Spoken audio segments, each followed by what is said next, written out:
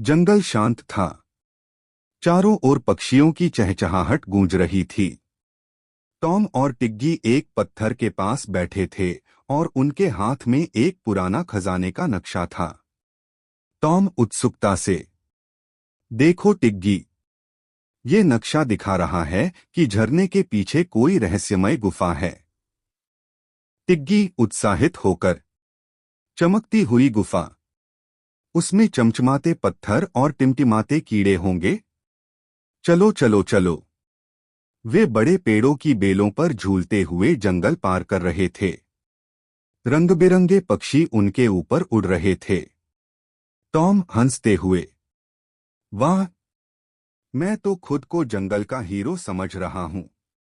टिग्गी उसकी पूंछ से लटके हुए, धीरे चलो हीरो, मेरी पूंछ कोई सीट बेल्ट नहीं है। वे चुपचाप झरने के पीछे पहुंचे। झरने की फुहारों में चमक थी। सामने एक गुफा की हल्की रोशनी दिखाई दे रही थी। टॉम धीरे से, टिग्गी, लगता है यही है चमकती गुफा। टिग्गी आंखें बड़ी करते हुए, चमक, कितनी ज्यादा चमक, चलो अंदर चलें। गुफा के अंदर नीली और बैंगनी रोशनी में चमकते क्रिस्टल थे।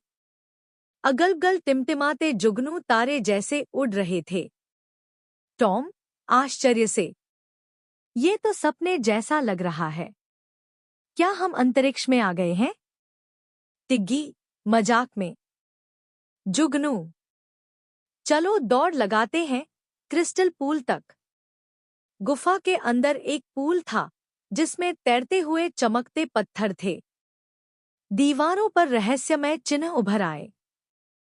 टॉम सोचते हुए, मुझे लगता है ये एक पहेली है। क्रिस्टल्स को सही क्रम में लगाना होगा। टिग्गी सिर टेढ़ा करके, आकार, मुझे तो आकृतियां बहुत पसंद है। चलो मिलाते हैं। वे दोनों मिलकर पहेली हल करते हैं। दीवार खुल जाती है। एक बड़ी चमकती हुई जुगनू रानी प्रकट होती है।